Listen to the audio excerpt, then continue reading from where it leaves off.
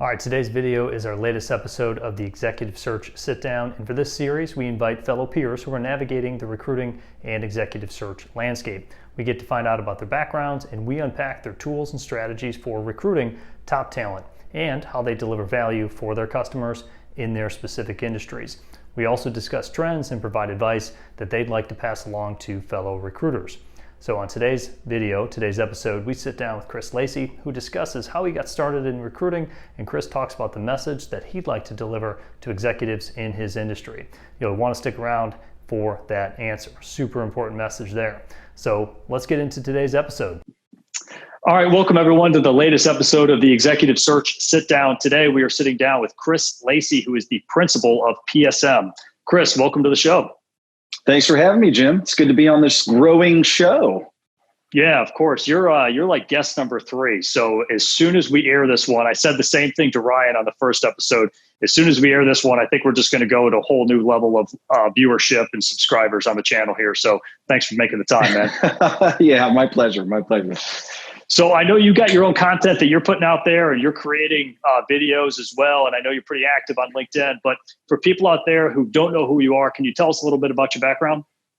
Sure. Been in search for 15 years, started off in contingent search for 5 years. So that was kind of like the entry point to search overall. Accidentally stumbled into executive search. I accidentally stumbled into search overall. So accidentally stumbled into contingent search, accidentally stumbled into executive search. And then through that growth, started my own firm I'm essentially I used this term before the show, but essentially a mercenary for other search firms. So if they have critical projects they need to get done or they're at capacity, they'll bring me in under their own brand to execute a search. Got it. Okay. So just building off of that, who are some of the types of clients and some of the types of candidates that you would work with in those types of situations, or maybe with the clients on your own?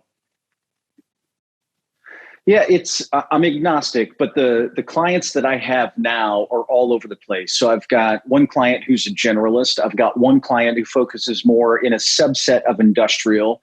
I have another industrial client, and these are all executive search clients. So anyone who has a P&L in a team or a business segment, those are the people we're recruiting. And then I do have one other client who's in a completely different space in the association world. So I know that Nenni and Associates is a part of your association for the industry that you support. We would support, or he would support that association and many others, recruiting executives that run that association. It's all over the board. Okay. All right. Gotcha. So let's say there are one of those clients out there who's watching this, who's listening to this. We talked earlier about how many people are going to be tuning in. So let's say somebody is listening to this or watching this, or they're a client or prospect. What message would you want to deliver to them today? It all comes down to leadership. And I've had a number of conversations and we talked about your podcast and your show being a COVID baby. Same with mine. It was just born out of, we're not recruiting right now. What are all these ideas and thoughts that I've had, a cumulative experience? But the message for the client is it's all about leadership. Nobody goes to work because of your mission statement. Nobody's going to work because of fringe benefits. It comes down to culture, and culture is a byproduct of leadership. And probably for another conversation or a coffee, as you know, I'm a coffee snob, but that could be a whole nother conversation coming through COVID. So it's not just COVID specific, but if you really want to grow your organization and service your clients, it really is leadership that does all of that. And you know what? I'll add another describer word on the front of that: intentional leadership, not just leadership. Chris, I'm going to go off a little bit off script here. Are there any leadership influencers that have really shaped your style of leadership, or maybe how you work with some of your clients when this topic of leadership come up? I mean, there's been probably hundreds of thousands of leadership books that have been written, right? Everyone talks about leadership, but where have you seen, like, who are the people that have really influenced your philosophy on leadership? Just curious. Yeah, it's Pandora's box for sure. You can pick up different books. I would say, to give you the quick story, the impetus of it was getting into executive search. I had these grand ideas like, I'm going to get to work with CEOs and all these great leaders, and I'm just going to be a sponge. And then what you find out, the cold, hard reality is there, there's a lot less really good leaders in the world than you think. So some of the people I started to gravitate towards after having my reality bent a little bit was John Maxwell, Coach John Wooden, right? So John Maxwell is I got the Wooden book back here. Yes. So. Yeah, same here. Wooden on leadership. Stephen Covey, well, he's more popular, but it's taking all of those principles and figuring out really what works. Because you can't read one book and say, I'm going to do that. You've got to connect all these little dots. And then intentional leadership is putting together what's important to you. What are the 3, 4, 5, 6 things that are really important to you, and how are you going to live those out daily? And not just at work, in your family life. You can't compartmentalize that. It's important that be a part of your DNA and in everything you do. Oh, without a doubt, man. Yeah, I think we could do a whole nother episode just on leadership itself. Yeah, for sure. You know what? We should do that. So why don't you create the leadership podcast, and then I'll be a co-host occasionally. By the way, I'm inviting myself in to do that, and then we'll talk about leadership. Dude, we'll make it work, man. We'll make it work. Well, very, very good. So on the flip side, so I asked you about the clients, right? Prospects that might be listening to this or watching this, but on the flip side, let's say a candidate is watching this and listening to this, somebody who's maybe looking for their next career opportunity, or maybe they're just kind of passively starting to test the waters. What message would you want to deliver to them? I'd say just be transparent and be yourself. There's a lot of bad leaders in the world, and there always will be. There's a lot of bad recruiters. You and I know this. We're not a part of that group. And I know you, and I know the folks at Nenni, definitely not a part of that group.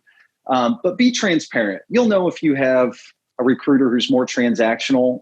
So you'll have to measure what you say to that person.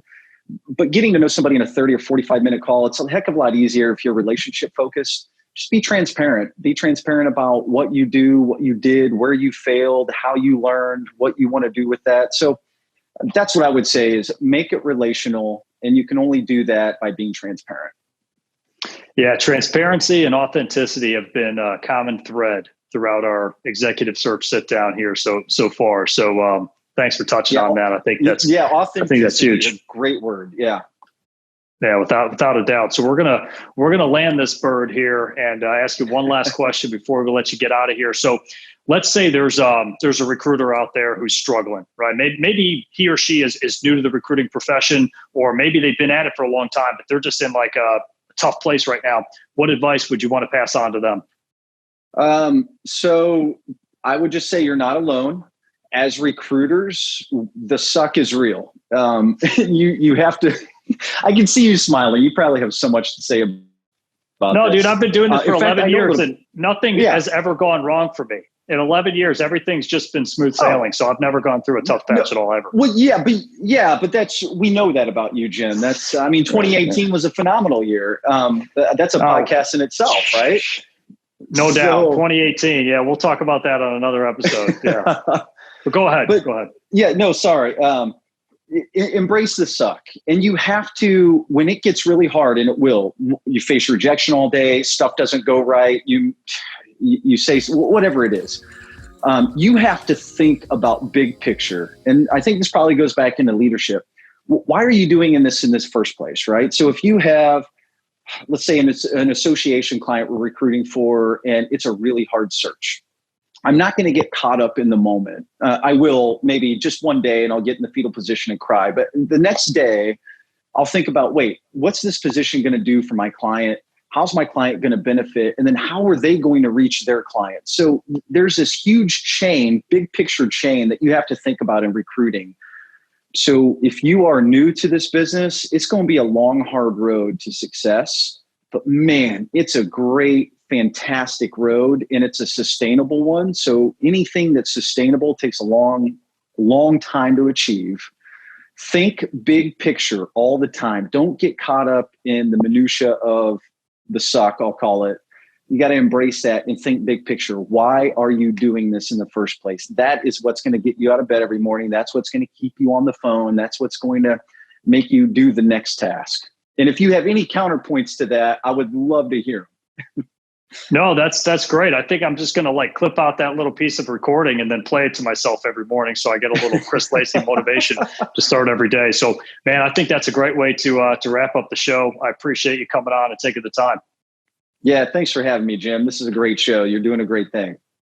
All right. Thanks, Chris. So that's it for today's episode. We hope you're getting value out of this content. And if you are, be sure to subscribe to our channel and share with a friend or a colleague. And if you have ideas for future video topics, or if you have questions and comments on this video, please drop those in the comments below. I really would love to hear from you. So until next time, I'm Jim Schaefer, and we'll catch you on the next episode.